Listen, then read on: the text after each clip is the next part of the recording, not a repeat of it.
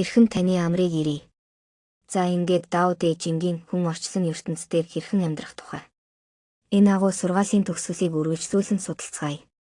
Төгсгөлийн цуврал 11. Нэрлэх боломжгүй мөнхийн тэр мэрэгэн хүн бол хамгийн сайн удирдагч бөгөөд та бидний нүдэнд үзэгдэж харагдахгүй. Та бидний дараагийн үеийн шилтгэн түүнийг хайрлаж магтдаг. Мөн дараагийнх нь үеийн айж имээдэг. Хамгийн тааруу нь түүнийг давхурхан шоолдог. Шилдэг дайчин биш байдаг. Шилдэг тулаанч нь түрэмгий байдаггүй. Шилдэг командлагч нь тулаанаас зайлсхийдэг. Хамгийн сайн захирагч бол ард түмнийхэн төлөө үйлчилдэг. Том улсыг захирах нь жижиг загас шарсантай адил. Хитрхи шарчвал сүйдэгчхэн. Хитрхи их хутагчвал салж бутраад тархчихна. Төр улс сул дорой болж үл үзэгдэх үед ард түмэн нээлттэй шударга байдаг. Засгийн газар хүчирхэг бөгөөд хөндлөнгөөс оролцох үед хүмүүс нууцлаг залтай байдаг. Хит их татвар ногдуулбал ард түмэн өсгөлөнд нэрвэгдэнэ.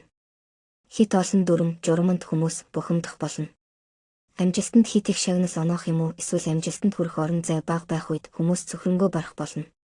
Барааны үн хит өндөр эсвэл цалин бага байвал хулгай зэлхий игдсэн.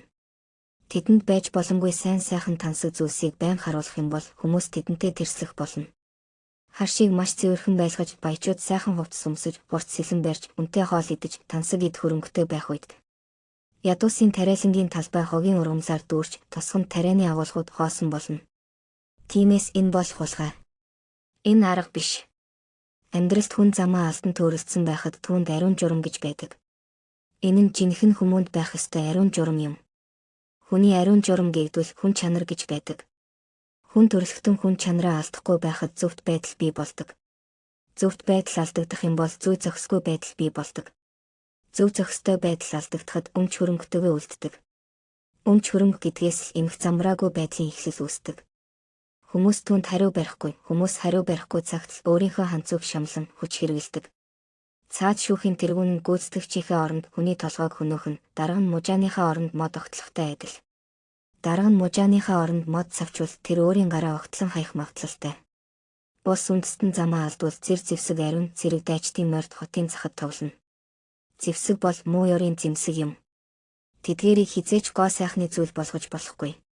Зэвсгийг шүтэх нь алуурчийг алдаршуулахтай дүүцэх аюултай явдал үүсэж мэдэх юм. Хүчирхийллээр юмд бүү ханд. Хүчирхийлэл үүсэх магадлалтай.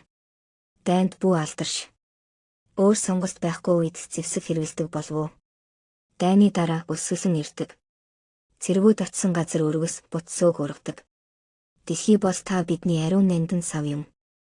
Та үүнийг сайжруулж чадахгүй. Үүнийг сайжруулахын тулд үүнийг хий гэвэл та үүнийг сүрүүлнэ. Үүнийг хянах гэж оролдоод ч сүрнэ. За ингээд Дао бол мөнхийн бомб биш, нэрлэж болох нэр нь мөнхийн нэр биш, нэрлэх нэргүй бөгөөд мөнхийн нэртэй байх боломжгүй бөгөөд энэ нь Тэнгэр газрын эхлэл гэмээр 10,000 зүйлийг төрүүлсэн их хүмүүний агуу их ухааныг хэлж, сургаалаа үлдээсэн. Тиймээс Дао бол Дао юм. Нэрлэгдэх боломжгүй, энгийн юм. За энэхүү агуу сургаалын төгсгөлийг өндөрлөөд дараагийн шин сэдвээр уулзцгаая.